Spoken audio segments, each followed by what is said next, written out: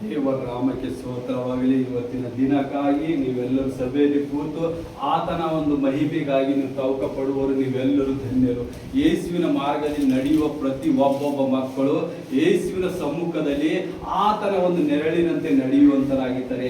ಯಾರ್ಯಾರು ಯೇಸುವನ್ನು ಅಂಗೀಕರಿಸ್ತೀರಿ ಅವರೆಲ್ಲರೂ ಯೇಸುವಿನ ಮಕ್ಕಳಾಗಿ ಮಾರ್ಪಡಿತೀರಿ ಅಂತೇಳಿ ದೇವರ ವಾಕ್ಯ ಹೇಳಲ್ಪಡ್ತದೆ. ಇವತ್ತಿನ ವಾಕ್ಯವು ದೇವರು ನಮ್ಮ ಆತ್ಮವನ್ನು ಕುರಿತು, ನಮ್ಮಲ್ಲಿ ಉರಿಯುವ ಆತ್ಮಿಕ ಲೋಕದ ಬೆಂಕಿಯನ್ನು ಕುರಿತು, ಯಾವ ರೀತಿಯಾಗಿ ಸೈತಾನನು ನಮ್ಮನ್ನು ಕಾಡುವಂತನಾಗಿದ್ದಾನೆ, ನಾವು ಯಾವ ರೀತಿಯಾಗಿ ಆತನ ಶೋಧನೆಯಲ್ಲಿ ಪ್ರತಿನಿತ್ಯ ಬೀಳುವವರಾಗಿದ್ದೇವೆ, ಆ ಶೋಧನೆ ಒಳಗಿಂದ ನಾವು ಯಾವ ರೀತಿಯಾಗಿ ಹೊರ ಬರಬೇಕು, ಆ ಶೋಧನಕನು ನಮ್ಮನ್ನು ಆತ್ಮಿಕ ಲೋಕದಲ್ಲಿ ಬೆಳವಣಿಗೆ ಮಾಡಲಾರದೆ ನಮ್ಮನ್ನು ಕಟ್ಟಾಕುವಂತನಾಗಿದ್ದಾನೆ. ಆ ಕಟ್ಟಾಕುವುದರಿಂದ ದೇವರಿಗೆ ಯಾವ ರೀತಿಯಾಗಿ ನಾವು ಮೆಚ್ಚಿಸಿ ಆ ದುರಾತ್ಮನ ಕಾರ್ಯದಿಂದ ನಾವು ಹೊರ ಬರಬೇಕು. ನಮ್ಮದೇ ಆದ ಒಂದು ಆಲೋಚನೆಗಳಲ್ಲಿ ಆತನು ದುಷ್ಟಾತ್ಮವನ್ನು ನಮ್ಮನ್ನು ಕಟ್ಟಾಕುವಂತನಾಗಿದ್ದಾನೆ. ಅದರಿಂದ ಬಿಚ್ಚಬೇಕಾದರೆ ನಾವು ಆತ್ಮಿಕವಾಗಿ ಬಲ ಎನ್ನಬೇಕು. ನಾವು ಶಾರೀರಿಕವಾಗಿ ಆತ್ಮಿಕವಾಗಿ ಎರಡು ಕಾರ್ಯಗಳು ಒಂದೇ ತರ ಮಾಡುವುದಾಗಲ್ಲ. ನಾವು ಯಾವಾಗ ಶರೀರದ ಇಚ್ಛೆಗಳು ಹೆಚ್ಚಾಗಿ ಮಾಡಿದಾಗ ಆತ್ಮಿಕದಲ್ಲಿ ನಾವು ಕಡಿಮೆ ಆಗುತ್ತೇವೆ. ಶಾರೀರಿಕ ಇಚ್ಛೆಗಳು ನಮಗೆ ಹೆಚ್ಚಾದಾಗ ದುರಾತ್ಮನ ಕಾರ್ಯಗಳಲ್ಲಿ ನಡೀತೇವೆ. ಯಾವಾಗ ನಾವು ಆತ್ಮಿಕ ಕಾರ್ಯದಲ್ಲಿ ಹೆಚ್ಚಾಗಿ ನಡೀತೇವಲ್ಲ, ದೇವರ ಪ್ರಸನ್ನತೆ, ಪವಿತ್ರಾತ್ಮನ ಪ್ರಸನ್ನತೆ ನಿಮ್ಮ ಮೇಲೆ ಬಂದಾಗ ನಿಮ್ಮ ಕಷ್ಟ, ಚಿಂತೆ, ದುಃಖಗಳನ್ನು ಆ ಯೇಸು ನಿಮ್ಮ ಜೊತೆಗಾರ ನಿಂತು ನಿಮ್ಮನ್ನು ನೀಗಿಸುವಂತನಾಗಿದ್ದಾನೆ. ಇವತ್ತು ನಾವು 5 ತರದ ಒಂದು ಕಾರ್ಯಗಳು ನೋಡುವಂತರಾಗಿದ್ದೇವೆ. ನಮ್ಮಲ್ಲಿ ಉರಿಯುವಂತ ಬೆಂಕಿ ಯಾವ ರೀತಿಯಾಗಿ ಕಡಿಮೆ ಆಗುತ್ತೆ, ಯಾವ ರೀತಿಯಾಗಿ ಆತನ ಉರಿಯುವ ಅಗ್ನಿಯಾಗಿ ನಾವು ಕಾಣಲೇಬೇಕು. ನಮ್ಮ ಹಿಂದೆ ನಿಂತು ಎಲ್ಲ ದುಷ್ಟಾತ್ಮಗಳು ದಹಿಸಬೇಕಾದ ಶಕ್ತಿ ಎಲ್ಲಿಂದ ಬರ್ತದೆ ಅಂತೇಳಿ ನಾವು ನೋಡ್ಬೇಕು. ಮೊದಲನೇದಾಗಿ ನಮ್ಮ ಜೀವನದ ಮುಂದೆ ಹಿಂದೆ ಇರುವ ಜನರಿಗಾಗಿ ನಾವು ದೂರ ಆಗಿರಬೇಕು. ನಮ್ಮ ಆತ್ಮಿಕ ಬೆಳವಣಿಗೆಗೆ ಯೇಸುವಿನ ಮುಂದೆ ಹೋಗುವುದಕ್ಕೆ ನಮ್ಮನ್ನು ಅಡ್ಡಿ ಮಾಡುವ ಮೊದಲನೇ ಜನರು ಯಾರಂದರೆ ನಮ್ಮ ಆಜುಬಾಜು ಇರುವವರೇ, ಈವನ್ ನಮ್ಮ ಮನೆಯವರು ಆಗಿರ್ಬೋದು. ಯಾಕಂದ್ರೆ ನೀವು ಯಾವಾಗ ಆತ್ಮಿಕ ಉನ್ನತಿ ಮಾಡ್ಬೇಕಂತೇಳಿ ಪ್ರಯಾಸ ಪಡ್ತೀನಿ ಪ್ರಾರ್ಥನೆ ಮಾಡುವಾಗ ಅವರು ನಿನ್ನ ಮಧ್ಯದಲ್ಲಿ ಬಂದು ನಿನಗಿಲ್ಲದಾರದಂತ ಮಾತಾಡ್ಬೋದು, ನಿನಗೆ ಕೋಪವನ್ನು ಎಬ್ಬಿಸಬಹುದು. ನೀನು ಕೋಪ ಎಬ್ಬಿಸಿದಾಗ ಏನ್ ಮಾಡ್ತಿ, ನಿನ್ನ ಆತ್ಮಿಕ ಜೀವನ ಏನಾಗ್ತದ, ಸುಟ್ಟು ಹೋಗಲ್ಪಡ್ತದೆ. ನೀ ಆತ್ಮಿಕ ಲೋಕದಾಗ ಬೆಳೆಯೋದಿಲ್ಲ, ನೀ ಏನ್ ಮಾಡ್ತಿ, ಫಿಸಿಕಲಿ ಮುಂದುವರಿಯುವಂತನಾಗುತ್ತಿ. ಅವನ ಜೊತೆ ಇದ್ದಿ. ಇವತ್ತು ನಾನು ಒಬ್ಬ ಕುಡುಕ ದೋಸ್ತ್ ಬಂದನಂತ ತಿಳ್ಕೊರಿ, ಅವನ ಜೊತೆ ನಾ ಹೋಗುವಾಗ ನಾ ಎಷ್ಟೋ ದಿವಸ ಪ್ರಾರ್ಥನೆ ಮಾಡ್ಕೊತ ಹೊಂಟಿದೆ. ದೇವರ ಪ್ರಸನ್ನತೆಯಿಂದ ದಿನ ಹೆಚ್ಚಾಗಿ ಬೆಳಿತಾನೆ ಇದೆ. ಆದರೆ ಅವನು ಬಂದಾಗ ಅವನ ಜೊತೆ ಹೋಗಿ ನೀ ಕುಡ್ದಿಲ್ಲ ಅಂದ್ರು ಅವನು ಆಡುವ ಮಾತಿನಿಂದ ನಿನ್ನ ಪ್ರಸನ್ನತೆ ಕಡಿಮೆ ಆಗುವಂತದ, ನಿನ್ನ ಆತ್ಮಿಕದಲ್ಲಿ ಬೆಳವಣಿಗೆ ನಿಂತು ಹೋಗ್ತದ. ಅದಕ್ಕೆ ಯೇಸು ಏನ್ ಹೇಳ್ತಾನ, ನೀವು ಯಾರ ಜೊತೆ ಇರ್ತೀರಿ ಅವರ ಅಭ್ಯಾಸವನ್ನು ಕಲಿಯುವಂತ ಆಗಿರಿ. ನೀವು ಅವರ ಜೊತೆಗಾರರಾಗಿದ್ದಾಗ ನಿಮ್ಮನ್ನು ಮುಂದೆ ಹೋಗುವುದಕ್ಕೆ ಚಾನ್ಸ್ ಆಗುವುದಿಲ್ಲ. ನಿಮ್ಮ ಆತ್ಮಿಕ ಜೀವನದಲ್ಲಿ ಬೆಳಿಬೇಕಾದ್ರೆ ನಾವು ಬಲವಾಗಿ ಯೇಸುವಿನ ಸಮ್ಮುಖದಲ್ಲಿ ನಡಿಬೇಕು. ಯಾವ ಬಲವಾಗಿ, ಲೌಕಿಕ. ಮೊದಲನೇದಾಗಿ ಜನರೇ ನಿಮಗೆ ಏನ್ ಮಾಡ್ತಾರ, ಕಾಡಿಸಲ್ಪಡ್ತಾರ. ಅದ್ರ ಹಿಂದ್ಗಡೆ ಏನಿರ್ತದ, ಸೈತಾನನ ಪ್ಲಾನ್ ಇರ್ತದ. ಇವತ್ತು ನೀವು ಏನೋ ಒಂದು ಕೆಲಸ ಮಾಡ್ತಿ, ಇವತ್ತು ನೀವು 10 ಗಂಟೆ ಪ್ರಾರ್ಥನೆ ಮಾಡು, 20 ಗಂಟೆ ಪ್ರಾರ್ಥನೆ ಮಾಡ್ದಿ, ಅಂತ ಜನರ ಜೊತೆ ಇದ್ದಾಗ ನಿನಗೆ ಏನಾಗ್ತದ, ನಿನ್ನ ಪ್ರಾರ್ಥನೆ ಏನಾಗ್ತದ, ನಿನ್ನ ಆತ್ಮಿಕ ಬೆಂಕಿ ಉರಿಯಲ್ಪಡೋದೆಲ್ಲ ಕಡಿಮೆ ಆಗ್ತದ. ಯಾವಾಗ ನೀ ದುಷ್ಟಾತ್ಮನ ಜೊತೆ ಇಷ್ಟೆಲ್ಲ ಪ್ರಯಾಸ ಪಟ್ಟಿ ಒಂದೇ ಒಂದು ಕಾರ್ಯದಲ್ಲಿ ಇದು ಬಿದ್ದಾಗ ನಿನ್ನ ಬೆಂಕಿ ಕಡಿಮೆ ಆಗ್ತದ. ಆಗ ದುರಾತ್ಮನ ಏನಾಗ್ತಾನ, ನಿನ್ನ ಮೇಲೆ ಹಾವಿ ಆಗುವಂತ ಸ್ಟಾರ್ಟ್ ಮಾಡ್ತಾನ.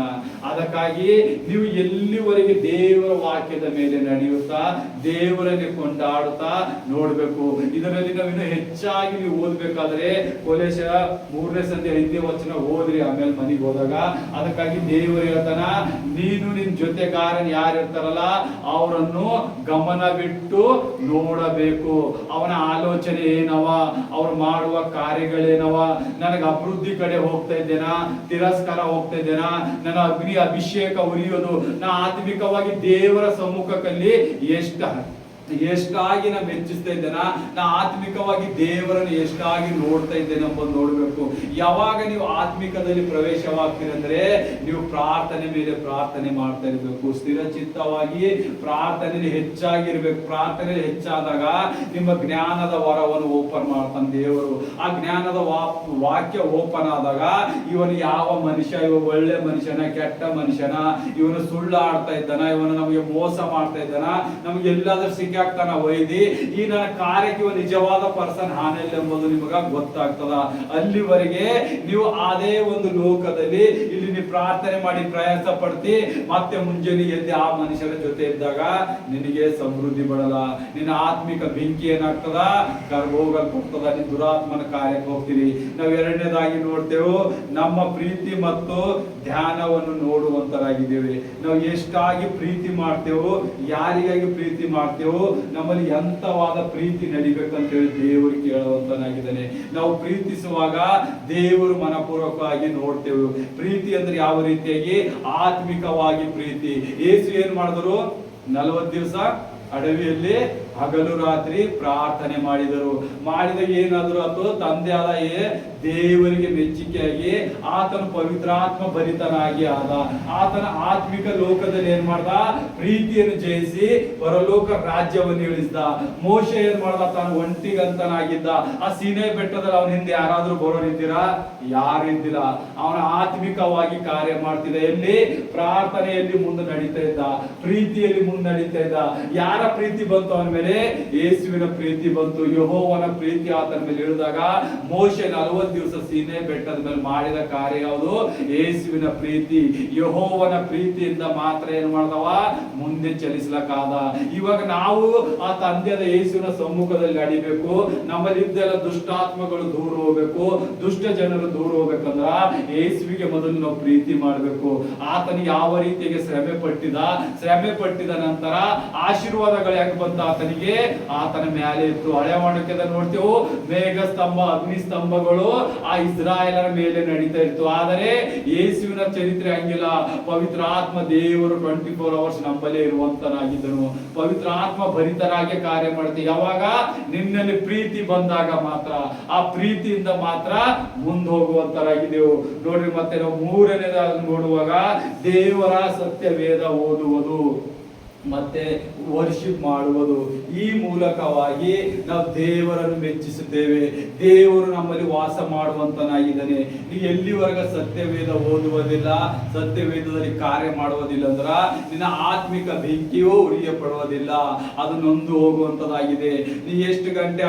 ಒಬ್ಬ ವ್ಯಕ್ತಿ ಒಂದು ದಿನದಲ್ಲಿ 3 ತಾಸಾದರೂ ಸತ್ಯವೇದವನ್ನು ಓದಬೇಕು. 1 ತಾಸಾದರೂ ಏನ್ ಮಾಡ್ಬೇಕು? ದೇವರ ಸಮ್ಮುಖದಲ್ಲಿ ಹೋಗಿ ಆರಾಧಿಸಬೇಕು. ನೀವು ವರ್ಷಿಪ್ ಆರಾಧನೆ, ನೀವು ಸತ್ಯವೇದ ಓದುವಾಗ ನಿಮ್ಮ ಬೆಂಕಿ ಉರಿಯುವಂತದಾಗಿದೆ. ಯಾವ ದುಷ್ಟ ಆತ್ಮವು ನಿಮ್ಮ ಮೇಲೆ ಬಂದಾಗ ಅದು ಹಾವಿ ಮಾಡಕ್ ಚಾನ್ಸ್ ಇಲ್ಲ. ನಿಮ್ಮ ಗಲತ್ ಕೆಲಸಕ್ಕೆ ಒಯ್ಯುವುದಕ್ಕೆ ಚಾನ್ಸ್ ಇಲ್ಲ. ನಿಮ್ಮ ರೋಗಗಳು, ಚಿಂತೆಗಳು ಅದು ಏನ್ ಮಾಡ್ತದ? ನೀ ಯಾವಾಗ ಆರಾಧಿಸಲು ಸ್ಟಾರ್ಟ್ ಮಾಡ್ತಿ, ಯಾವಾಗ ನೀವು ಸತ್ಯವೇದ ಓದಕ್ ಶುರು ಮಾಡ್ತಿ, ಒಂದ್ ಹೆಂಗಸಿಗೆ ಯಾವ್ದೋ ಘೋರವಾದ ರೋಗ ಅದ, ಆ ರೋಗ ಆದಾಗ ಸೈತಾನನು ಬಂದು ಏನ್ ಮಾಡ್ತಾನ? ಏನ್ ಪ್ರಾರ್ಥಿಸ್ತಿ ನೀನು? ಏನ್ ವಾಕ್ಯ ಓದ್ತಿ? ನಿನ್ ರೋಗ ಯಾವ್ದಾದ್ರು ಚೇಂಜ್ ಆಗಿದೆ? ಎಷ್ಟಕ್ಕ ನೀ ಹಂಗೆ ಇದ್ದಿ ರೋಗದೊಳಗ ಅಂತೇಳಿ ಆತನಿಗೆ ಏನ್ ಮಾಡ್ತದ? ತಿರಸ್ಕಾರದ ಮಾತು ಹೇಳ್ತದ ಬಂದಿ.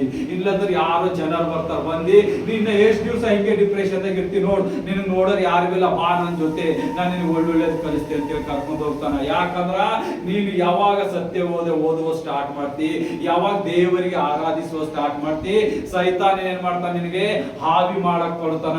ನೀ ರೋಗದಾಗ ಬಿದ್ದಿದಿ, ನಿನ್ಗೊಂದ್ ದೊಡ್ಡ ಕ್ಯಾನ್ಸರ್ ಆಗ್ಯದ ಅಂತ ತಿಳ್ಕೊ. ನಿನ್ ಕ್ಯಾನ್ಸರ್ ಕಮ್ಮರ್ ಆಗ್ಯದ, ನೀ ಯಾಕೆ ಆರಾಧಿಸ್ಲತ್ತಿದಿ? ನೀ ಯಾಕೆ ಪ್ರಾರ್ಥನೆ ಮಾಡತ್ತಿದಿ? ನೀ ಯಾಕೆ ಸತ್ಯವೇದ ಓದ್ಲತ್ತಿದಿ ಅಂತ ಹೇಳಿ ನೀವು ಮಾತಾಡುವಂತದಾಗದ. ಎಷ್ಟು ದಿವಸ ಕಾರ್ಯ ಮಾಡತ್ತೀರಿ? ಎಷ್ಟು ದಿನ ಆಯ್ತು ಜಪ ಮಾಡತ್ತೀರಿ? 1 ತಿಂಗಳಾಯ್ತು, 2 ತಿಂಗಳಾಯ್ತು, 3 ತಿಂಗಳ ತರ ಆಯ್ತು, ನಿನ್ ಕಮ್ಮಿಲ್ಲಲ್ಲ ಅಂತ ಹೇಳಿ ಆ ದುಷ್ಟಾತ್ಮನ ಏನ್ ಮಾಡ್ತಾನ? ನಿಮ್ಗ ವಂಚಿಸುತ್ತಾನ. ಯಾವಾಗ ನಿಮ್ಮಲ್ಲಿ ಸತ್ಯವೇದದ ಜ್ಞಾನ ಬಂತಲ್ಲ, ಆ ದುಷ್ಟಾತ್ಮನಿಗೆ ಮಾತಾಡುವಂತ ಶಕ್ತಿ ಇರ್ತದ. ಆ ಶಕ್ತಿ ಬೇಕಂದ್ರೆ ಆತ್ಮಿಕವಾದ ಉರಿ ಬೇಕು. ಆತ್ಮಿಕವಾದ ಬೆಂಕಿ ಎಲ್ಲಿ ಸಿಗ್ತದ ನಮಗ? ದೇವರ ನಡವಳಿಕೆಯಲ್ಲಿ, ದೇವರಿಗೆ ಪ್ರಾರ್ಥಿಸಿದಾಗ, ದೇವರ ಹೇಳುವ ಮಾರ್ಗದಲ್ಲಿ ನಡೆದಾಗ, ನಮ್ಮ ಸುತ್ತ ಆಸುಬಾಸು ಮಂದಿ ಯಾರ ಎಂಬುದು ನಾವು ಗಮನ ತಗೋಬೇಕು. ಇವರಿಂದ ನನಗೆ ಎಷ್ಟು ನಷ್ಟ ಆಗ್ತದ, ಇವರಿಂದ ಎಷ್ಟೆಲ್ಲ ಕಾರ್ಯ ಒಳಗ್ ಹೋಗ್ತಾ ಇದೆ ಎಂಬುದು ನಾವು ಜ್ಞಾನ ಮಾಡಬೇಕು. ಆವಾಗ ನೀವು ದೇವರ ಮಾರ್ಗದಲ್ಲಿ ನಡೆಯುವಂತರಾಯ್ತೀರಿ. ಎಲ್ಲಿವರೆಗೆ ನೀವು ಸತ್ಯವೇದ ಓದಿ ಅದನ್ನು ದಿನನಿತ್ಯ ನೀವು ಅದಕ್ಕೆ ಏನ್ ಮಾಡ್ಬೇಕು? ಭಯಪಟ್ಟು ಮಾಡ್ಬೇಕು. ಪವಿತ್ರಾತ್ಮ ದೇವರು ನಿಮ್ ಜೊತೆ ಏನ್ ಮಾತಾಡ್ತಾನಲ್ಲ ಅದೆಲ್ಲ ನೋಟ್ ಮಾಡ್ಕೋಬೇಕು ನೀವು. ಯಾವಾಗ ನೀವು ನೋಟ್ ಮಾಡ್ಕೋದಾಗ ಅದು ನಿಮ್ಮ ಹೃದಯಕ್ಕೆ, ನಿಮ್ಮ ಆತ್ಮಕ್ಕೆ, ನಿಮ್ಮ ಜೀವನಕ್ಕೆ ನಡೆಸುವಂತ ಒಂದು ನೋಟ್ ಆಗಿರ್ತದ. ದೇವರು ನಿಮ್ ಜೊತೆ ಮಾತಾಡಿದಾಗ, ಈ ಸತ್ಯವೇದ ಓದಿ ಹೋದಾಗ ಇದು ಯಾಕೋ ನನಗೆ ಬಹಳ ಇಷ್ಟ ಆಯ್ತು ಅಂದಾಗ ಅದು ನಿನಗೆ ಇಷ್ಟ ಆಗೋದಿಲ್ಲ. ಪವಿತ್ರ ಆತ್ಮನು ನಿನಗೆ ಅದರ ಮೂಲಕ ಕಾರ್ಯ ಮಾಡಿ ನಡೆಸುವಂತನಾಗಿರ್ತಾನೆ. ಅದಕ್ಕಾಗಿ ನೀವು ಸತ್ಯವೇದ ಓದುವಾಗ ಗಮನವಿಟ್ಟು ಓದಬೇಕು. ನಾನು ಓದಬೇಕಂತೇಳಿ 1 ತಾಸು 2 ತಾಸು ನಾನು ದೇವರಿಗೆ ಮಾತು ಕೊಟ್ಟಿದೆ ಅಂತೇಳಿ ಮನಸ್ಸಿಗೆ ಬಂದಂಗ ಬುಕ್ ಓದಿ ಮುಗಿಸಬಾರ್ದು. ಅದಕ್ಕೆ ಗಂಭೀರವಾಗಿ ದೇವರ ಆತ್ಮನಿಂದ ಇವತ್ತು ಇಷ್ಟು ವಾಕ್ಯ ಓದ್ದಲ್ಲ, ಇದರಲ್ಲಿ ನನಗೆ ಯಾವ ಮಾತಾಡಿದ ನನಗೆ ಪವಿತ್ರ ಆತ್ಮ ದೇವರು ಆ ವಾಕ್ಯ ಮಾತಾಡಿದಾಗ ನನಗೆ ಎಲ್ಲಿ ಮುಂದೆ ಜರುಗಬೇಕಂತ ಹೇಳಿದಾಗ ಅದು ನಿಮ್ಮ ಆತ್ಮಿಕ ಬೆಂಕಿ ಹೆಚ್ಚಾಗಿ ಉರಿಯಲ್ಪಡುತ್ತದೆ. ನೀನು ಸುಮ್ಮನಾಗಿ ಒಣ ಮನಸ್ಸಿನಿಂದ ಓದಿದಾಗ ಅಂಧಕಾರ ಶಕ್ತಿ ಆ ದುಷ್ಟಾತ್ಮನಿಗೆ ಎಲ್ಲ ಗೊತ್ತಿರ್ತದ. ನೀ ಎಷ್ಟು ಖರೆಯಾಗಿ ಮಾತಾಡತ್ತಿದಿ, ಎಷ್ಟು ಸುಳ್ಳಾಗಿ ನೀವು ವಾಕ್ಯ ಹೇಳತ್ತಿದಿ, ಎಷ್ಟು ಸುಳ್ಳಾಗಿ ವಾಕ್ಯ ಓದಲತ್ತಿದಿ, ಎಷ್ಟು ಮನಸ್ಸಿಲ್ಲದೆ ನೀನು ವರ್ಷಿಪ್ ಮಾಡತ್ತಿದ ದುಷ್ಟಾತ್ಮ ಎಲ್ಲ ಗೊತ್ತಿರ್ತದ. ದೂರಿಂದನೇ ಕಾರ್ಯಗಳು ನೋಡ್ತಾನ. ಆ ದೂರಿಂದನೇ ನಿಮ್ಗೆ ಏನ್ ಮಾಡ್ತಾನ, ಒಂದು ಹಂತದಲ್ಲಿ ಹಾಕುವಂತನಾಗಿರ್ತಾನ. ನಾವು ಮತ್ತೆ 4ನೇದಾಗಿ ನೋಡುವಾಗ ನಾವು ಆತ್ಮದಿಂದ ಪ್ರಾರ್ಥಿಸಬೇಕು. ಯಾನು ಆತ್ಮದಿಂದ ಪ್ರಾರ್ಥಿಸುವುದು ಯಾವುದು?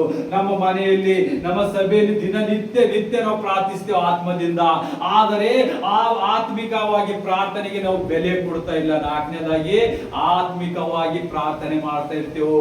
ನಾವೆಲ್ಲರೂ ಅನ್ಯ ಭಾಷೆಯಿಂದ ಪ್ರಾರ್ಥಾಡ್ತೇವೆ. ಈ ಅನ್ಯ ಭಾಷೆನೇ ಆತ್ಮಿಕ ಪ್ರಾರ್ಥನೆ ಆಗಿದೆಯೋ. ನೀವು ಎಲ್ಲಿವರೆಗೆ ಅನ್ಯ ಭಾಷೆಯಲ್ಲಿ ಪ್ರಾರ್ಥನೆ ಮಾಡ್ತಾ ಇರ್ತೀರಿ, ನಿಮ್ಮ ವಿಜ್ಞಾಪನೆ ದೇವರು ಕೇಳುವಂತನಾಗಿದ್ದಾನೆ, ನಿಮ್ಮ ಪ್ರಾರ್ಥನೆಗೆ ಉತ್ತರಿಸುವಂತ ದೇವರಾಗಿದ್ದಾನೆ. ನೀವು ಅನ್ಯ ಭಾಷೆಯಲ್ಲಿ ಎಷ್ಟೆಲ್ಲ ಮಾತಾಡ್ತಾ ಇರ್ತೀರಲ್ಲ, ಅಷ್ಟು ದುರಾತ್ಮನು ನಿಮ್ ಹಿಂದೆ ಬರ್ತಾ ಇರ್ತಾನ. ನೀವು ಅನ್ಯ ಭಾಷೆ ಮಾತಾಡುವಾಗ ನಿಮ್ಮ ಮಾರ್ಗವು ಯೇಸುವಿನ ಸಮ್ಮುಖದಲ್ಲಿ ಡೈರೆಕ್ಟ್ ಆಗಿ ತೆರೆಯಲ್ಪಡ್ತದ.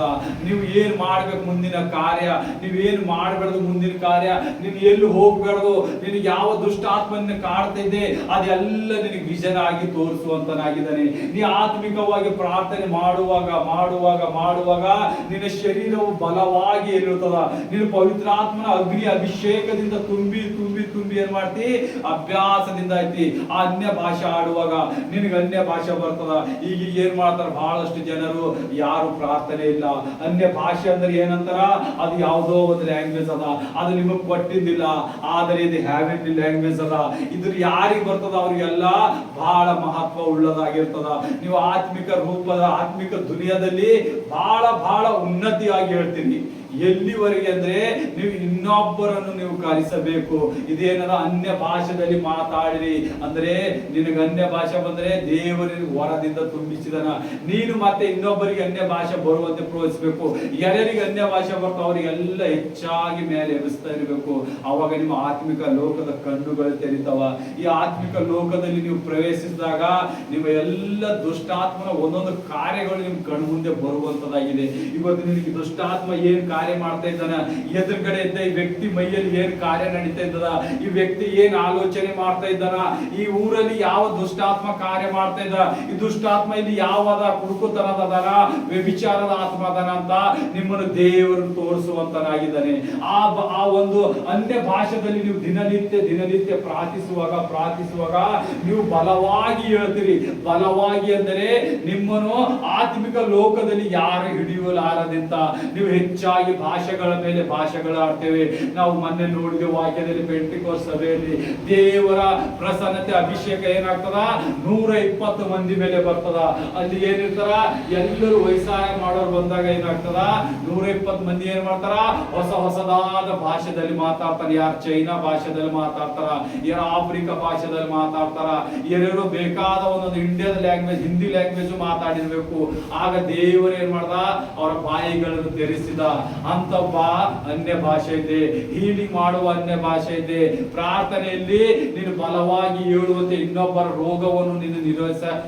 ರೋಗವನ್ನು ವಾಸಿ ಮಾಡುವಂತ ಬಲವಿದೆ. ಈ ಅನ್ಯ ಭಾಷೆಯ ವರದಿಂದ ನೀನು ಬಹಳಷ್ಟು ದೇವರ ರಾಜ್ಯಕ್ಕೆ ಕಾರ್ಯ ಮಾಡುವಂತರಿದ್ದೀರಿ. ಹಾಗಾಗಿ ದೇವರಲ್ಲಿ ನಾವು ಹೆಚ್ಚಾಗಿ ಪ್ರಾರ್ಥಿಸಿದಾಗ, ನಮ್ಮಲ್ಲಿ ಪವಿತ್ರಾತ್ಮತೆ ಹೆಚ್ಚಾದಾಗ, ನಾವು ಯಾವಾಗ ಪಶ್ಚಾತ್ತಾಪ ಪಟ್ಟಿ ನಾವು ಎಲ್ಲ ದುಷ್ಟಾತ್ಮನ ಕಾರ್ಯಗಳಿಂದ ಮುರಿದಿ ನಮ್ಮ ಕಣ್ಣೀರಿನ ಪಶ್ಚಾತ್ತಾಪ ಪಟ್ಟಾಗ ದೇವರ ಯೇಸು ಕ್ರಿಸ್ತನ ನಿಮ್ಮನ್ನು ಮುಟ್ಟುವಂತನಾಗಿದ್ದಾನೆ. ಆ ಮುಟ್ಟಿದಾಗ ಪವಿತ್ರಾತ್ಮ ಭರಿತರಾಗಿ ನಿಮಗೆ ಹೊರ ಬರುವಂತದಾಗಿದೆ. 1 ಕೊರಿಂಥಿಯಲ್ಲಿ 12ನೇ ಸಂಧಿ 10ನೇ ವಚನದಲ್ಲಿ ನೋಡ್ರಿ, ಯೇಸು ಎಲ್ಲ ಹೊರಗಳಿಂದ ಬರೆದಲ್ಪಟ್ಟಿದ್ದಾನೆ. ಅದರಲ್ಲಿ ಅನ್ಯ ಭಾಷಾದ ಅರ್ಥಗಳು, ಅನ್ಯ ಭಾಷೆಯಲ್ಲಿ ವಿಜ್ಞಾಪನೆ ಮಾಡುವುದು ಎಲ್ಲ ಕೊರಿಂಥಿ ಪುಸ್ತಕದಲ್ಲಿ 1ನೇ ಕೊರಿಂಥದಲ್ಲಿ ಎಲ್ಲ ವಿಶೇಷವಾಗಿ ಪೌಲನು ಬರೆದಲ್ಪಟ್ಟಿದ್ದಾನೆ. ಆದರೆ ನಾವು ಯಾವುದು ಕಾರ್ಯಗಳು ನೋಡುವುದಿಲ್ಲ. ನಾವು ಎಷ್ಟೆಲ್ಲ ದೇವರ ಸಮೂಹದಲ್ಲಿ ನಡೀತೇವಲ್ಲ ಅಷ್ಟೆಲ್ಲ ಬಲ ಹೊಂದಿ ಮುಂದೆ ಹೋಗ್ತೇವೆ. ಈ ಅನ್ಯ ಭಾಷೆಗೆ ಯಾರ್ಯಾರು ವಿರೋಧ ಮಾಡುವಂತರಾಗಿದ್ದಾರಲ್ಲ ಅವರೆಲ್ಲ ದೇವರ ಮಕ್ಕಳಾಗಿ ಅನಿಸಿಕೊಳ್ಳುವರಿಲ್ಲ. ಯಾಕಂದ್ರೆ ಒಂದು, ಅವರು ಸತ್ಯವೇದವಾದ್ರೂ ಕರೆಕ್ಟ್ ಆಗಿ ಓದಿಲ್ಲ. ಎರಡನೇದಾಗಿ ಅವ್ರು ಯಾರು ಅಷ್ಟು ಭಾರಿ ಗೈಡೆನ್ ಮಾಡುವಂತ ಪವಿತ್ರಾತ್ಮ ದೇವರು ಅವರನ್ನು ನಡೆಸ್ತಾ ಇಲ್ಲ. ಯಾವಾಗ ನೀನು ಅನ್ಯ ಭಾಷೆಯನ್ನು ತಿರಸ್ಕರಿಸಿದಂದ್ರೆ ಈ ಸತ್ಯವೇದವನ್ನು, ದೇವರ ಆತ್ಮವನ್ನು ನೀನು ತಿರಸ್ಕರಿಸಿದಂಗೆ ಆಗುತ್ತದೆ. ಯಾಕಂದ್ರೆ ನೀನು ನಿಜವಾಗಿ ಓದೇ ಇಲ್ಲ, ನೀನು ನಿಜವಾದ ಪಾಸ್ಟರ್ ಎಲ್ಲ ಅಂತ ಅರ್ಥ. ಯಾಕಂದ್ರೆ ಅನ್ಯ ಭಾಷೆಗೆ ನೀನು ಪ್ರಭುತ್ವ ಕೊಟ್ಟಿಲ್ಲ ಅಂದ್ರೆ ನೀನು ಏನ್ ಕಾರ್ಯ? ದೇವರು ಏನ್ ಮಾಡ್ದ ನಾವು ನೋಡ್ತೇವೆ. ವಿಮೋಚಕಾಂಡ 12ನೇ ಸಂಧಿಯಲ್ಲಿ ನೋಡ್ತೇವೆ, ದೇವರು ಬರುವುದು, ಯಜ್ಞ ಮಾಡುವುದು, ದೇವರಿಗೆ ಶಿಲುಬೆ ಹಾಕುವುದು ಎಲ್ಲ ಆ ವಾಕ್ಯದಲ್ಲಿ ನಮಗೆ ಸಿಗುವಂತದಾಗಿದೆ. ಎಲ್ಲ ಫುಲ್ಫಿಲ್ಮೆಂಟ್ ಮಾಡುವಕ್ಕೆ ದೇವರು ಬಂದನ. ಅಲ್ಲಿ ಮೋಶೆ ಸೀನಾಯಿ ಪರ್ವತದ ಮೇಲೆ ಹೋಗಿ 12 ಕಮಾಂಡ್ಮೆಂಟ್ ತರ್ತಾನ. ಅದು ಅಭಿಷೇಕ ಯಾವುದು? ಅಗ್ನಿ ಸ್ತಂಭ, ಮೇಘ ಸ್ತಂಭ ಅವ್ರ ಮೇಲೆ ಏನಾಗ್ತದ? ಚಲಿಸುತ್ತಾ ಇರ್ತದ. ಆದ್ರೆ ದೇವರು ಯೇಸು ಕ್ರಿಸ್ತನು ಬಂದಾಗ ಏನ್ ಮಾಡ್ದ? ಪವಿತ್ರ ಆತ್ಮನೇ ನಿಮ್ಮಲ್ಲಿ ವಾಸ ಮಾಡುವಂತ ಮಾಡ್ದ. ನೋಡಿ, ದೇವರು ಆಗ ನಿಮ್ಮ ಮೇಲೆ ಅಭಿಷೇಕದ ಮಳೆ ಸುರಿಸ್ಕೋತಾ ಹೋಗ್ತೀನು. ಆದ್ರೆ ಈಗ ಕರ್ತನಾದ ಯೇಸು ಏನ್ ಮಾಡಿದ್ರು? ನಿಮ್ಮಲ್ಲಿ ಪವಿತ್ರ ಆತ್ಮ ನಿಮ್ಮಲ್ಲಿ ಚಲಿಸುವಂತದಾಗಿದೆ. ನಿಮ್ಮಲ್ಲಿ ಯಾವ ಸಾಮರ್ಥ್ಯ ಇಲ್ಲ, ದೊಡ್ಡ ಸಾಮರ್ಥ್ಯ ಇದೆ, ಅದು ನೀವು ತಿಳ್ಕೊಳ್ಳುತ್ತಾ ಇಲ್ಲ ಅಷ್ಟೇ. ಯಾಕಂದ್ರೆ ದೇವರಿಗೆ ವಿರೋಧವಾಗಿ ಮಾಡುವ ಕಾರ್ಯ ಒಂದೇ, ಬೇರೆ ಬೇರೆ ಕಾರ್ಯದಲ್ಲಿ ವ್ಯಸ್ತರಾಗಿ ದೇವರಿಗೆ ಕೊಡುವಂತ ಸಮಯ ಕೊಡ್ತಾ ಇಲ್ಲ ಅಷ್ಟೇ, ಮತ್ತೇನಿಲ್ಲ. ದೇವರಿಗೆ ನೀವು ಹೆಚ್ಚಾಗಿ ಸಮಯ ಕೊಡ್ಬೇಕು. ನಾವು ಐದನೇದಾಗಿ ನೋಡ್ತೇವೆ, ನಮ್ಮ ಮೇಲೆ ಬರುವ ಶೋಧನೆ. ನಾವೆಲ್ಲ ಹಾಡ್ದೇವೆ, ಈಗ ಪ್ರೇಯರ್ ಮಾಡ್ದೇವು, ವರ್ಷಿಪ್ ಮಾಡ್ದೇವು, ಅನ್ಯ ಭಾಷೆದ ಪ್ರಾರ್ಥನೆ ಮಾಡ್ದೆವು. ನಾವ್ ಎಲ್ಲರಿಗೆ ಏನ್ ಇರ್ಬೇಕು, ಯಾವ್ದು ದುಷ್ಟಾತ್ಮದ ಯಾವ್ದು ಒಳ್ಳೆ ಆತ್ಮ ಎಲ್ಲ ನೋಡ್ದೆವು. ಲಾಸ್ಟಿಗೆ ಏನ್ ಬರ್ತದ? ದೇವರ ಮಕ್ಕಳಾಗಿ ಎಷ್ಟೆಲ್ಲ ಪ್ರಾರ್ಥಿಸ್ತಿ, ಎಷ್ಟೆಲ್ಲ ಅನ್ಯ ಭಾಷೆ ಆಡ್ತಿ, ಎಷ್ಟು ಜನಕ್ಕಾಗಿ ನೀನು ಪ್ರಾರ್ಥಿಸ್ತಿದ್ದೀನಲ್ಲ, ಮೊದಲನೇ ನಿನಗೆ ಶೋಧನೆಗಳು ಸ್ಟಾರ್ಟ್ ಆಗ್ತಾವ. ನಿನಗೆ ಜನರು ತಿರಸ್ಕರಿಸುವುದಕ್ಕೆ ಸ್ಟಾರ್ಟ್ ಮಾಡ್ತಾರ. ಯಾಕಂದ್ರ ನೀನು ಅಭಿಷೇಕದಿಂದ ತುಂಬಿ ದೇವರ ಮಗನಾಗಿ ದೇವರ ಪ್ರತಿ ರೂಪವಾಗಿ ನೀ ಕಾಣಿಸಲ್ಪಡ್ತಿ. ನೀ ದೇವರು ಯಾವ ರೀತಿಯಾಗಿ ಇರ್ತಾನಲ್ಲ ಅದೇ ಒಂದು ಸ್ವಭಾವ ನಿನ್ನಲ್ಲಿ ಇರುತ್ತದ. ಅವಾಗ ನೀನು ಸುಳ್ಳು, ಮೋಸ ಇವೆಲ್ಲವನ್ನು ಹೇಸುವಂತ ಐತಿ. ಅದಕ್ಕೆ ದುಷ್ಟಾತ್ಮನ ಏನ್ ಮಾಡ್ತಾನ? ನಿನ್ನ ಮಧ್ಯದಲ್ಲಿ ಯಾರು ಒಳ್ಳೆಯರನ್ನು ನಿಲ್ಲಿಸುವುದಿಲ್ಲ. ನಿನ್ನ ಹತ್ರ ಯಾರಾದ್ರೂ ಬಂದ್ರಲ್ಲ ಆತನ ನಿನಗೆ ಶೋಧಕನಾಗಿ ನಿನ್ನನ್ನು ತಿರಸ್ಕರಿಸ್ತಾನ, ನಿನಗೆ ಅವಮಾನ ಪಡಿಸ್ತಾನ. ಮೊದಲನೇದಾಗಿ ನೀ ಎಷ್ಟೆಲ್ಲ ದೇವರ ಮಾರ್ಗದ ಮೇಲೆ ಹೋಗ್ತಾ ಇರ್ತೇವಲ್ಲ ಅಷ್ಟೆಲ್ಲ ಸೈತಾನ ನಮಗೆ ತಿರಸ್ಕಾರ ಪಡಿಸುವಂತನಾಗಿ ನಮಗೆ ಇಷ್ಟು ಕಷ್ಟಗಳ ಮೇಲೆ ಕಷ್ಟ ಬರ್ತಾವ, ಹೇಳ ಬರೋದು ಅಷ್ಟು. ಯಾಕಂದ್ರ ದೇವರ ಸತ್ಯತೆ ನಮ್ಮಲ್ಲಿ ಉಳಿದಿದ್ದಕ್ಕಾಗಿ, ಆತನ ಮಾರ್ಗದಲ್ಲಿ ನಾವು ನಡೆಯುವುದಕ್ಕಾಗಿ ಏನ್ ಮಾಡಬೇಕು?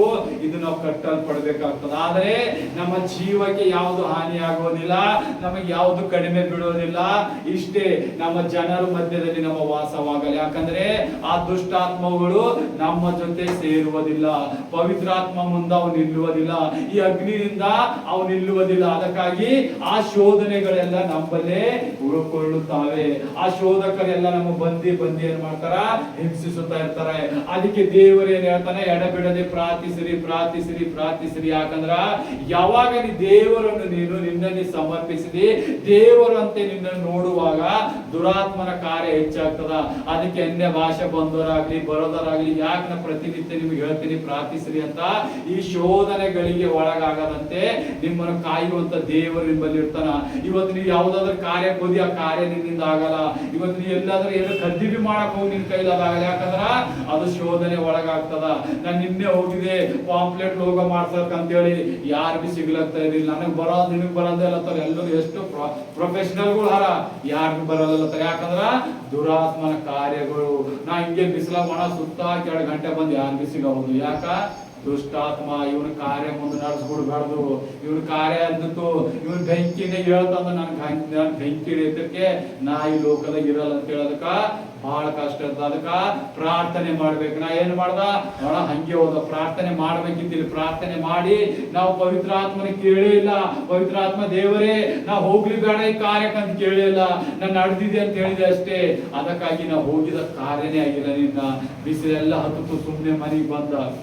ಹಂಗ ದೇವರ ಪ್ರಸನ್ನತೆ ಇತ್ತಲ್ಲ ಎಲ್ಲ ಕಾರ್ಯ. ಅದಕ್ಕೆ ನಮ್ಮ ಶೋಧಕನು ನಮ್ಮ ಅಭಿಷೇಕದ ಹಿಂದೆ ಬೀಳುವಂತನಾಗಿದ್ದಾನೆ. ನಾವು ಬುಧವಾರ ದಿವಸ ಪ್ರಾರ್ಥನೆಯಲ್ಲಿ ಹೇಳಿದೆ, ಆ ಶೋಧಕನು ನಮ್ಮ ಆತ್ಮಕ್ಕಾಗಿ ತವಕ ಪಡ್ತಾ ಇದ್ದಾನೆ. ಯಾಕಂದ್ರೆ ಪವಿತ್ರಾತ್ಮನ ಈ ವರದಿಂದ ತುಂಬಿದ ಈ ಪರಿಶುದ್ಧ ದೇಹಕ್ಕೆ ಏನ್ ಮಾಡ್ತಾನ, ಆ ಆತ್ಮಗಳನ್ನು ಬಂಧಿಸಿ ಆ ಆತ್ಮಗಳನ್ನು ಹಿಡಿದು ಆತನ ಮಾಟ ಮಂತ್ರ ಮಾಡುವಂತ ಕಾರ್ಯಗಳು ಮಾಡ್ತಾನೆ. ಸೈತಾನನ ಕಾರ್ಯ ಇದೆ. ಆ ಮೋಶ ಶರೀರಕ್ಕಾಗಿ ಯಾತಕ್ಕಾಗಿ ದೇವದೂತರ ಸೈತಾನನ ಜಗಳ ಆಡುವಾಗ ದೇವರ ಕಾರ್ಯ ಇದೆ. ಅವನ ಪರಿಶುದ್ಧತೆ ಆ ಆತ್ಮವು ತಕೊಂಡು ಹೋಗಿ ದೊಡ್ಡದಾದ ಮಾಟ ಮಂತ್ರಕ್ಕೆ ಕಾರ್ಯ ಮಾಡ್ಬೇಕಂತೇಳಿ ಆ ಯುದ್ಧ ನಡೆದಿತ್ತು. ಅದಕ್ಕೆ ದೇವರ ಮೋಶವ ಶರೀರ ಆತನ ಆತ್ಮವು ಯಾರಿಗೂ ಸಿಗಲಾರದಂತ ಒಂದು ರಹಸ್ಯವಾಗಿ ಉಳಿದಿದೆ ಇಲ್ಲಿವರೆಗೆ. ಮಿಕಾಯಲ್ ದೇವದೂತರಿಗೆ ಯುದ್ಧ ಮಾಡ್ಬೇಕಂದ್ರೆ ಸುಮ್ಮನೆ ಯುದ್ಧ ಆಗಲ್ಲ. ಆತನ ಪ್ರಧಾನ ದೇವದೂತರು ಆತನ ಪರಲೋಕ ಬಿಟ್ಟು ಯುದ್ಧಕ್ಕೆ ಬಂದನಂದ್ರ ಅದು ಅಷ್ಟು ದೊಡ್ಡದಾದ ಕಾರ್ಯವಿರ್ತದ.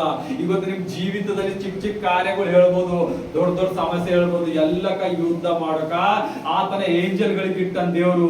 ಆದ್ರೆ ನಾವು ಕರೆಯೋದಿಲ್ಲ, ನಾವು ನೋಡುವುದಿಲ್ಲ. ನಮ್ಮ ಸಮಸ್ಯೆದಾಗ ಏನ್ ಮಾಡ್ತೇವೋ ನಾವೇ ಕೊಂದು ಹೋಗ್ತೇವೆ. ಇನ್ನು ಆತನ ಕರೆಯೋದಿಲ್ಲಿ. ಡ್ಯಾನಿಯಲ್ ಏನ್ ಮಾಡ್ತಾನ 21 ಪ್ರೇಯರ್ ಮಾಡೋದಕ್ಕಿಂತ ಮೊದಲು ಏನ್ ಮಾಡ್ತಾನ, ಅವನ ಪ್ರಾರ್ಥನೆ ಅವತ್ತಿನ ದಿವಸನೇ ಕೇಳಲ್ಪಡ್ತದ. ಆದ್ರೂ ಅಲ್ಲಿ ಘೋರವಾದ ಯುದ್ಧ ನಡೀತದ. ಹಂಗ ನಮ್ಮ ಜೀವಿತದಲ್ಲಿ ನಾವು ಪ್ರಾರ್ಥನೆ ಮಾಡುವಾಗ ನಮ್ಮ ಹಾದಿಗಳೇನಾಗ್ತವ ಬೇರೆ ಆಗಲ್ಪಡ್ತಾವ. ಇವತ್ತು ನೀ ಸ್ಥಿರ ಚಿತ್ತನಾಗಿ ಪ್ರಾರ್ಥಿಸ್ತಿ, ಮತ್ತೆ ಸಂಜೆ ಜಗಳ ಆಡ್ತಿ, ಬೈತಿ, ಇನ್ನೊಬ್ರು ಬಂದು ನಿನ್ ಹೃದಯ ಕೇಳಿಸ್ತಾನ.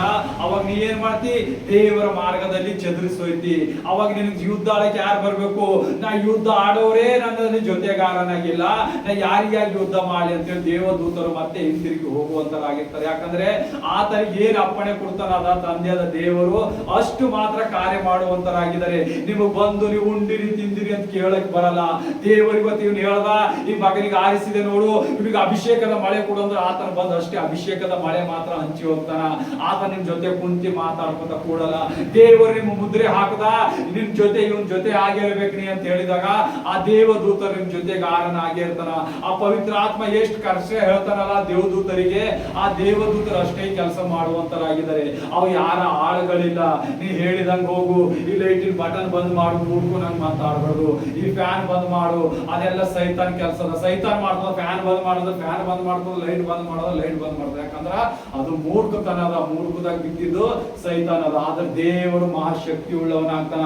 ನಾವು ಪ್ರಾರ್ಥಿಸುವಾಗ ನಮ್ಮ ಗಮನವಂತರಿರ್ಬೇಕು. ನಾವು ವರ್ಶಿಪ್ ಮಾಡುವಾಗ ನನ್ನ ಹೃದಯದಿಂದ, ನನ್ನ ಅಂತರಾತ್ಮ, ನನ್ನ ಆತ್ಮಿಕ ಲೋಕ, ನನ್ನ ದೇವರಾದ ಯೇಸು ಕ್ರಿಸ್ತನ ಪಾದಕ್ಕೆ ಮುಟ್ಟಬೇಕು. ಅದು ಉತ್ತರ ಬರ್ಬೇಕಂತೇಳಿ ನೀವು ಕಾರ್ಯ ಮಾಡ್ಬೇಕು. ಆ ದೇವರ ಏನ್ ಮಾಡ್ತಾನೆ, ಏಂಜಲ್ ಮೂಲಕ ನಿಮ್ಮ ಸಮಸ್ಯೆಗಳಿಗೆ ಕೈ ಹಿಡಿಯುವಂತನಾಗಿದ್ದಾನೆ. ನೀನು 10 ವರ್ಷ ಕುಂತಿದಂದ್ರ 10 ವರ್ಷ ನೀನು ಪಾಪದಲ್ಲಿ ಇದ್ದೀವಿ. 10 ವರ್ಷ ನೀನು ಜುತ್ತೆಗಾರನಾಗಿದ್ದವರೆಲ್ಲ ಪಾಪದಲ್ಲಿ ಇದ್ದವರೇ ಹರ. ಅದಕ್ಕೆ ಇವತ್ತು ತನಕ ನಿನ್ನ ಕಾರ್ಯ ಆಗಿಲ್ಲ ಅಂದ್ರ ನೀನು ಸ್ಥಿರಚಿತ್ತವಾಗಿ ದೇವರಿಗೆ ನಂಬೇ ಇಲ್ಲ. ಯಾರೇ ಅನ್ಯ ಭಾಷೆ ಬಂದಿರೋರಾಗ್ಲಿ ಏನೇ ಆಗ್ಲಿ, ನಮ್ಮ ಫ್ಯಾಮಿಲಿದಾಗೆ ದೂರ ಮಂದಿರ ಅನ್ಯ ಭಾಷೆ ಬಂದವರಾದ್ರ ದೇವ್ರ ಮಾರ್ಗ ತಿರುಗಿಸಿ ಇವತ್ತು ಏನ್ ಮಾಡ್ತಾರ, ಕಷ್ಟ ಅನುಭವಿಸ್ಲತ್ತಾರ, ಪದೇ ಪದೇ ಕಷ್ಟ ಅನುಭವಿಸ್ಲತ್ತಾರ. ಯಾರ್ಯಾರ್ದೋ ಬಲಿಕ್ ಹೋಯ್ತಾರ, ಎಲ್ಲೆಲ್ಲೋ ಹೋಗ್ತಾರ, ಮಾಟ ಮಂತ್ರ ಮಾಡೋರ್ ಬಲಿಕ್ ಹೋಗ್ತಾರ, ಗಣಿ ಹೇಳೋರ್ ಬಲಿಕ್ ಹೋಗ್ಲತ್ತಾರ. ಆದ್ರ ದೇವರ ಕೋಪ ಅವ್ರ ಮೇಲೆ ಇಳಿದಂತ ಹೇಳಿ ಅವ್ರಿಗೆ ಅನಿಸ್ತಾನೆ ಇಲ್ಲ. ಯಾಕ? ದುರಾತ್ಮನು ಕಟ್ ಹಾಕಿದಾನೆ. ದೇವರ ಕಾರ್ಯನೇ ನಡೀತಾ ಇಲ್ಲ, ದುರಾತ್ಮನ ಕಾರ್ಯ ನಡೀತಾ ಇದೆ. ಈ ಅಭಿಷೇಕ ಹೊಂದಿದ ನಿನಗೆ ಅನ್ಯ ಭಾಷೆ ಬರಲ್ಲ, ನಿನ್ ಹೊರಗಳಿಂದ ತುಂಬಿಸಿದೆ, ಆದ್ರ ಅದರಿಂದ ಹೊರಗೆ ಹೋಗಿದೆ. ದೇವರು ಬಿಟ್ಟ ಕೈ ಅದೇನಂತಾನ, ಈತನಿಗೆ ಇವನು ನನ್ನ ಮಗ, ಇಲ್ಲಿಗ ಸೈತಾನನ ಮಗನ, ಆ ಸೈತಾನನಿಗೆ ಒಪ್ಪಿಸಂದಾಗ ದೇವರ ಕಾರ್ಯವೆಲ್ಲ ನಿಂತು ಹೋಗ್ತದ. ಸೈತಾನನ ಕಾರ್ಯ ಅಂದ್ರೆ ದಿನನಿತ್ಯ ಏನ್ ಮಾಡ್ತದೆ, ಒಳಗ್ ಮಾಡಿ ಮಾಡಿ ರೋಗದೊಳಗೆ ಚಿಂತೆ ಒಳಗೆ ಹಾಕಿ ಲಾಸ್ಟಿಗೆ ಮರಣಕ್ಕೆ ಹೋಯ್ತದ. ನಾ ಆಗಿ ಹೇಳಿದೆ, ಅದೇನ್ ಮಾಡ್ತದೆ, ಒಯ್ದಿ ಆ ಪವಿತ್ರ ಆತ್ಮನಿಂದ ಪಡೆದಿದ್ದ ಆತ್ಮವನ್ನು ತೆಕ್ಕೊಂಡೋಗಿ ಮಾಟ ಮಂತ್ರದಲ್ಲಿ ಹಾಕ್ತದ. ಈ ಕಾರ್ಯದಿಂದನೇ ಸೈತಾನ ಹಿಂಬಳತ್ತುವಂತನಾಗಿದ್ದಾನೆ. ಯಾಕಂದ್ರ ಆ ಸೈತಾನ ರಾಜ್ಯ ಬಲವಾಗಬೇಕಂದ್ರ ದೇವರು ನಮ್ಮ ಮೂಲಕನೇ ಅದು ನಡೆಸಲ್ಪಡ್ತದೆ. ಯಾಕಂದ್ರ ದೇವರಿಗೆ ನಾವು ಪ್ರೀತಿ ಇರ್ತೇವೆ, ದೇವರು ನಮಗ್ ಪ್ರೀತಿ ಮಾಡ್ತಾರ, ದೇವರು ನಮಗ್ ಅಭಿಷೇಕ ಕೊಡ್ತಾರ. ಸೈತಾನ ಏನ್ ಮಾಡ್ತದ, ಆ ಅಭಿಷೇಕ ತಗೊಳ್ಳೋಕಾಗಿ ನಮಗ್ ಹಣದ ಆಸೆ, ವ್ಯಭಿಚಾರದ ಆಸೆ, ಹಳಗ ಬೇರೆ ಬೇರೆ ಚಟಗಳು ಕೊಡ್ತಾರ, ಸುಳ್ಳಾಡೋದು, ಮೋಸ ಮಾಡೋದು, ದುಡ್ಡು ಬರ್ಲತ್ತಾವ ಅಂತೇಳಿ ಪಾಪ ಮಾಡಿದೆ ಮಾಡಿ ಮಾಡಿ ಏನ್ ಮಾಡ್ತದ, ನಾವ್ ಅಂತೀವಿ ಎಲ್ಲ ಐಶ್ವರ್ಯ ಬಹಳ ಸಿಗ್ಲತ್ತದ, ಏನೋ ಮಸ್ತ್ ಮಸ್ತ್ ನಾವ್ ಮ್ಯಾಗ ಹೇಳ್ತೇವ. ಆದ್ರ ದುರಾತ್ಮ ಏನ್ ಮಾಡ್ತದ, ನಿಮ್ದು ಜೀವನ ಕಟ್ ಮಾಡ್ಕೋತ ಬರ್ತದ. ಲಾಸ್ಟಿಗೆ ಬಂದು ನಿಮ್ 120 ವರ್ಷ ಹೋಗಿ 40, 50 ವರ್ಷ, 60 ವರ್ಷದ ಖತಮ್. ಯಾಕ? ದೇವರ ನಡವಳಿಕೆ ಇಲ್ಲ, ದೇವರ ಮೇಲೆ ಭಯವೇ ಇಲ್ಲ. ಅದಕ್ಕಾಗಿ ದೇವರ ನಮಗೆ ಸ್ತೋತ್ರ ಆಗಲಿ, ವಾಕ್ಯ ಕೊಟ್ಟಿದ್ದಕ್ಕಾಗ್ಲಿ ಎಲ್ಲರೂ ನಿಂತರಿ ಬ್ಲೆಸ್ಸಿಂಗ್ ಪ್ರೇಯರ್ ಮಾಡೋಣ. Holy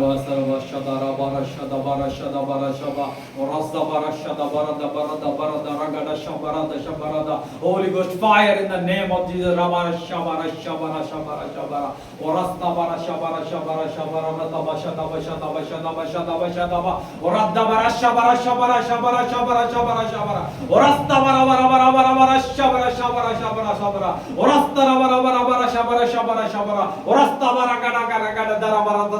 Shabara shabara shabara orastara bara bara bara bara bara bara bara bara razdabara zabara zaba orastabara gada gada gada shabara shabara rashtora zabara zabara ba reda reda reda rada shadara shadara shadara rada rada rada rada rabbra brabra shatakara dabala shantora bara shabara bara bara ba rezabara dara bara bara bara gadi shadara rada rada rada. Thank you Lord Jesus. ಯೇಸುವೇ ನಿನ್ನ ಪರಿಶುದ್ಧ ಬೆಂಕಿಗಾಗಿ ಸ್ತೋತ್ರ ಯೇಸಪ್ಪ.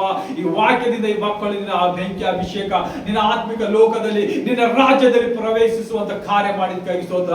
ಅಂಧಕಾರ ಶಕ್ತಿ ಇವರ ಮೇಲೆ ಎಲ್ಲಿ ಆವರಿಸಿತೆ ಸಪ್ಪ, ಅದೆಲ್ಲ ಮುರಿಯಲ್ಪಟ್ಟಿದೆ. ಇವತ್ತಿನಿಂದ ಹೊಸ ಭಾಗ್ಯ, ಹೊಸ ಸೌಭಾಗ್ಯದಿಂದ ಉನ್ನತವಾಗಿ ನಿನ್ನ ಮಾರ್ಗದಲ್ಲಿ ನಡೆಯಲಿ ಸಪ್ಪ.